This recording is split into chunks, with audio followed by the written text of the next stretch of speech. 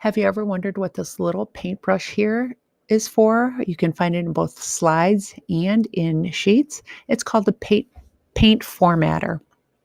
What you do is it allows you to quickly format what's on your page. In this case, I'm creating a can or have form, and I want to format the rest of my page with this same spacing and colors. I may alter the colors later, but I want to format the same. So I know I'm going to highlight 8 and 9.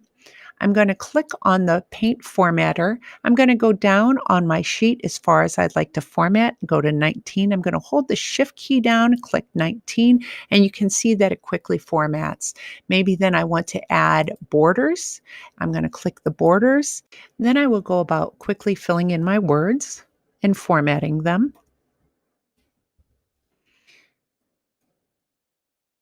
Change the size, the font size, and center it. Maybe I want to center it first.